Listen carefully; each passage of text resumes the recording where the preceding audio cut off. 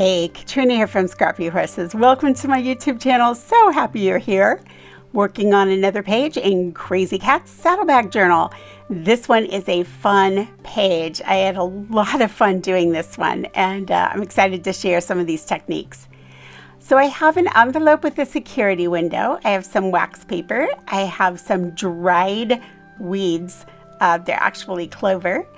I have a couple of film strips here that I cut on my Cricut, and I'm going to start kind of coloring those edges there with some vintage photo ink. My black cardstock had white core, so I wanted to cover up that white. I'm also planning to use that paper underneath for something else later in my book, so be on the lookout for it.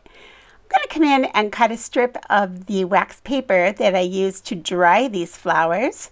I want to cut it so it fits just right inside that film strip. And that's going to make for the bottom layer. Now I'm coming in and cutting the security window. The security window is clearer than wax paper. So that's going to be the front of my film strip. So that's what we're actually going to be looking through to see the little bits of clover that are going to be inside this film strip piece. So I'm going to go ahead and trim this away, and then once it's trimmed away, I'm going to use Barely Arts glue. I like Barely Arts glue because it has a very precise tip on it and it holds pretty quickly. But like I said, I love that precision tip. You can really get into some small places, and you're going to see that right here. Those are just little teeny tiny dots of glue that I'm going to go around and get that piece of window taped on there. Now this is the back of the front piece. So the top piece film strip, I'm going on the back side of it. I'm going to lay this in carefully and try really hard not to smush too much of that glue. So here we go. We've got it. Next, we're going to come in. We're going to do the same thing with the wax paper. However, the wax paper I'm going to put on the back of the bottom layer. Okay, so I'm coming in and just going through, placing that in here again, same way we did it before, only this time I'm going on the back side of it so that it will just go right, that part right there will go right onto the book page. I'm going to smooth that out a little bit and let it dry. Now it's time to bring in these little clovers. Okay, I think that's what they are. I think it's sweet clover. We have fields are full of it. And just as a horse person, let me tell you that they can be a real menace. They will not hurt your horse. However, when horses eat them, they salivate like crazy. And it's always embarrassing when you call the vet and report it, you know, that your horse is drooling all over the place, and they just sort of laugh this time of year. So basically, it's not a big deal. We just make sure they have access to salt and plenty of cool, fresh water. All right, so anyway, I'm just going to put these little clover in. I'm just gluing them from the back. I dried them for about a week in between two sheets of wax paper.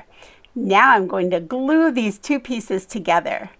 And there it is finished. I really like the way that turned out. I thought it was fun.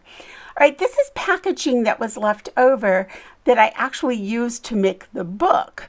So I stamped all that packaging, but then had this part left over. The packaging I used was a padded packaging, but I only used one layer for this page. So I'm coming in and I'm going to mark with a pencil the corners here, and I'm going to cut out a rectangle so that the rectangle creates a window so that my clover are going to show up a little better than what they did on that darker brown. First, I'm going to sand away that bottom part where that padding was. And now I'm pulling out a mat, and I'll stick it on there and grab a pencil and my ruler and give you some straight lines here. So this is gonna give me lines to follow with my single-edged razor blade. Right here, I'm just double checking, right? Check twice, right? Measure twice, cut once. So now I'm gonna bring in that single-edged razor blade and just slice this out. If you're not comfortable working with single-edged razor blades, you can always cut it out with scissors. Just cut a kind of a X in the middle and then come around and cut your square. That's fine too, or your rectangle rather. I'm going to pull out that piece, and now I've created that window. So now I'm going to use my Barely Arts again. I'm going to go right around that edge and just glue it right into place. And then you'll be able to see here, once we get it glued in, it looks really nice with that black around there. I'm going to go ahead and add a little more glue here to the edge of the film strip, just to give it a little more stick power. All right, so here we go. And I really like the way it turned out. I like the way it looks.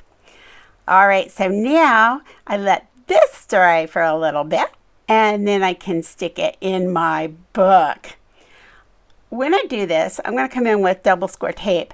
I'm coming in right here very, very close to the edge. That way I can always add more to the book. You know, I plan on just stuffing this book full, so I can tuck things underneath as long as I stay close. Hey, if you haven't seen this journal, I'm going to leave you a link here, or a tab, up in the upper right-hand corner of your screen. Just click it and it'll take you to that, and you'll be able to see the actual saddlebag journal. All right, once I place this in, it's going to be all finished. Any comments or questions, I am more than happy to respond. If you have any comments or questions about anything I've done in the journal, if you watch the other videos, just leave them on the videos and I'll get back to you and answer your questions. Hey, have a great week. I'll catch up with you in the next video. Bye.